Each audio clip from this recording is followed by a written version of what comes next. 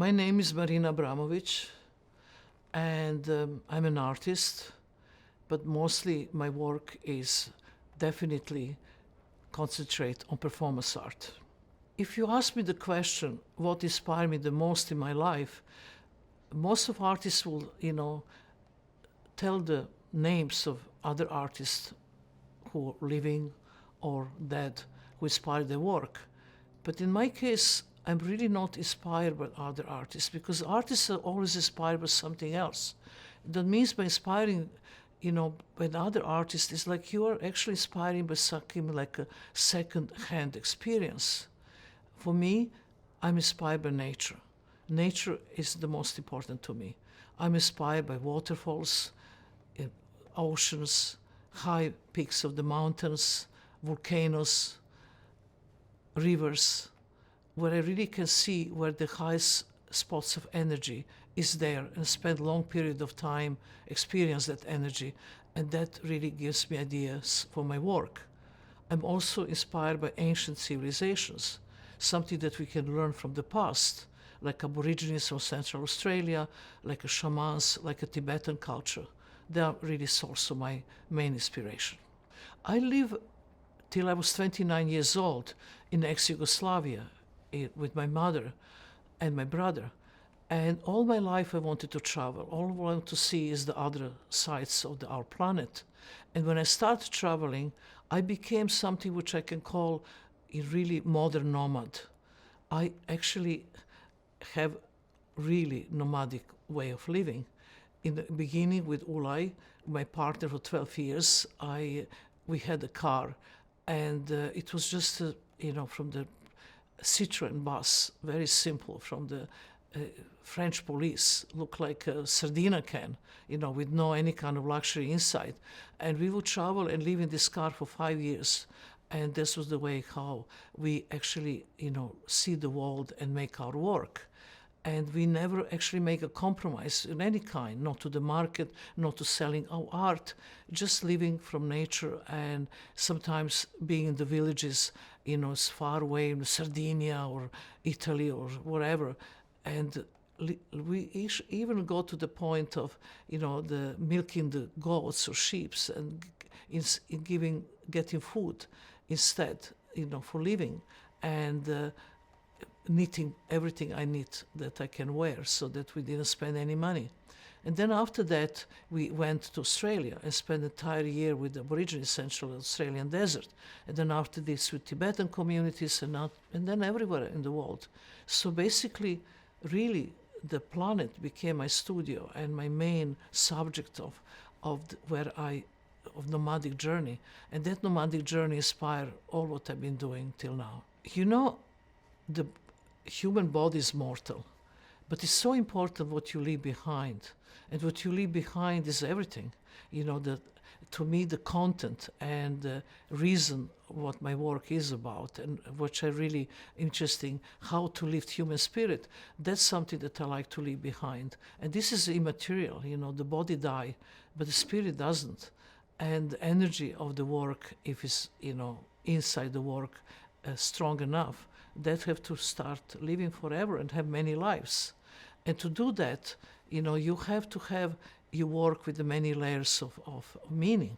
It's not just enough that your work is only political, or only social, or only, emotional. You have to have all the different layers, have to be disturbing, have to ask the right questions, have to give some answers. And this is really the more layers that the work have. It's more than how every society take the layer they need at the time. So the more layers, the longer your work can live in the future. Wow, simplicity means so much to me. I always believe doing nothing is the beginning of something. We always learn in our society, in our family, the way how we see life, that you always have to prove yourself, that you always have to do things, that you always have to achieve. But we never forget and never actually understand that just sitting on the chair and close your eyes and listen to the silence, listen to your inner silence to understand how the ideas come from that kind of, spirit. And that's so difficult. To do that simplicity is everything. You know, it took me so much in my work. I always, when I start getting idea, it's very complicated, and I put so much stuff in, you know, and more, and then comes to the point that I could not even put anything more, and then comes this idea of cleaning up, to take everything unnecessary. If you have something like 30 things to say one thing, maybe you can save with 15. Maybe 15 is not enough. Maybe you can save with 6, maybe with 3, till you come to maybe 1 or 2 elements. And you get to that elements, you really come to the purity. And that's so hard. It's very hard to eliminate and get to the simplicity of just being in the present. I mean, my work in, like Artist is Present was really about that. I start very complicated, and then on the end, the entire work was about, you know, 2 chairs and 1 table. And then after that, I removed the table. It was just 2 chairs. And now, in my last work, public become my work. I don't need any objects between me and public. It's the direct transformation of energy between me and them, and that's it. So, simplicity to me is something that is very important. Minimalism, I love empty spaces. You know, when you live with somebody together in the house, you have to create something which we call healthy compromise. It's not that everybody wants this minimalism, but when I was living by myself alone in Amsterdam, I had this house which actually, it was absolutely empty. The one room, I had only 1 chair and fireplace, and I would sit on the chair and look at the fire. In my studio was only 1 table, 1 piece of paper, and 1 glass of water, and that was it.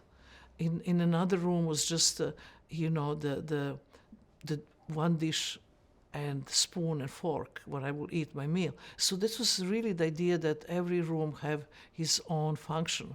And one was about exercise, one was about, you know, office. And then somehow you lose the simplicity if you live with other people. So you have to figure out some kind of balance. Right now I'm in this house, and it's too much stuff. I actually need sometimes to go to nature just to be by myself. The relationships to fashion start long time ago. I always liked fashion, but I was so ashamed to love fashion, because in the early 70s, for an artist to have red lipstick or the red nail polish or to have beautiful clothes, it was absolutely no, because that means that you try too hard and you're not a good artist at all. And this attitude was for a long time like that. But then I walked the Great Wall of China, and I split with Ulay after 2,500 kilometers walking on my own. And I was incredibly depressed. I lost the love of my life, but also lost my work. And there was nothing to go back. And I remember for the first time I sold one work in Paris, in Pompidou Museum. And I went to the shop of Yoshi Yamamoto. And for the first time I bought a suit. I came out of the shop, I felt so good, and I didn't feel guilty. I said, fuck all this, come on. I prove so much of my work, and I'm okay artist. Why I cannot just enjoy fashion? And I don't care what people are saying. And since then I really started interested in fashion. I remember so well in the early 80s talking with Issey Miyake, when they asked Issey Miyake why your clothes have so much space between fabric and the body. And he said, just because I want to have enough space for spirit to live. This was so interesting to me. This was really talking my language. And then I really started thinking about people who in fashion are originals, and they're real artists, like, you know, definitely, you know, Comme des Garçons and there's those days, you know, Margiela and Yoshi, and then I met Riccardo Tisci, who really become almost like, I am like his 9th sister of his family. And he started showing me how actually I can wear this kind of clothes, and how I can be empowered in the clothes, and how I can actually feel great, and there's nothing wrong with that. And I remember with Ricardo, we made this something called contract. He said, let's make work together. So I say, okay, is this true that fashion always inspired by art? And he said, of course, inspired by art, because we look in the art magazines, we look in the shows, we look in artists, and we get inspiration. And I say, okay, our work is going to be like this. I'm art, because I will use my body. You're fashion. You're going to suck my teeth. And we made this piece called Contract, and it was not easy to do, but I'm really happy. This was really strong fashion statement at that time. You know, if you look in some artists in the past, like Joseph Beuys, he was very known that actually he created something they called uniform. He was always in the same kind of, the clothes that actually present himself. The English artists later on, Gilbert and George, who was still the only couple still living and working together, absolutely have the uniform, how to present themselves, and never change. And, I really love uniform because, I come from communism. My father and my mother were national heroes. They both wear uniforms. And I remember that I would take uniform of my father and cut the coats shorter, and because there was green, I would go and paint them black, and I would wear them with the heavy boots, and I felt comfortable. There's something with uniform that you don't need to think about. And I remember Yoshi Yamamoto, Wim Wenders made a beautiful film about him. And he was saying in old days, when in the past, when a person go to sleep and he hang his clothes, you enter his room just by seeing his clothes, that the person is baker, or he's gardener, or he's working in the factory, or he's miner, because his clothes exactly present what his identity is. And these days is really change. But the idea that, to me, like in my Abramowitsch method, I love lab coats. I love the idea of lab coats that you wear and your identity is democratic and everybody look the same, and you actually don't see anything else. The uniform is very, very something interesting for me to explore. And one day I would like to create something which will be this perfect uniform for the artist. And if you look in the past, I always want interesting to make fashion show with the history of the performance art. That will start in the 70s. In the 70s, very simple. Everybody was naked. That's it. After they're naked, there was everybody wearing dirty black or dirty white, and then it was all kinds of mix up. And then fashion really entered into art in very big ways. And then fashion and art somehow combine together, fuse together. So the artists and fashion now, they are really inspiring each other in much bigger way than ever been before. The color is incredible. I made experiment that you probably not many people know, but when I live in the car, because we didn't have the toilet, we didn't have any way to wash, we wash on gasoline stations, and I wanted to figure out how the color, you can react on color and emotion. And then I actually bought, 7 white jeans and 7 white shirts, and I colored them in different color. And I actually relate this to the numbers of the moon cycles. So Monday is a moon day, and I will only wear the dark blue and just dark blue. That's the color of the moon.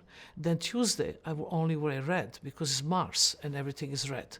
So the all color will be red shirt and red trousers. Then on Wednesday, it's something to do with the communication, and I wear the green. Then Thursday is Jupiter, only bright yellow. Then Friday comes Venus, is white. The Saturday will be Saturn, dark violet and black, really moody. And it's very simple. On Sunday will be gold, which actually will be bright orange for me. And then I will see how the actual reaction of the people will be, and how the healing you can actually see in colors. When you wear something black, it's very neutral, and blue is really make you calm. Red makes you incredibly energetic, and it's strength in that color, and it's really ruled by Mars, which is warrior. So when you feel not well, you should always wear something red. But when you wear the green, everybody talks to you. Green is color communication. Yellow is very spiritual, difficult color, and go on your nerve system, because that's why so many advertising, they use yellow color, with something to see right away and immediate. But this color very difficult to wear. If you want to lose weight, you just have yellow bed sheets in your bed. You don't even sleep. You immediately losing weight. And then you have white, which is natural, the beauty and color of the harmony. And then, the Saturn, moody, difficult. And then, you just go into gold. So I think lots about color. But me, I wear black, white, and occasionally red. The beauty comes from inside, not from outside. For me, it's so important that the beauty comes from inside.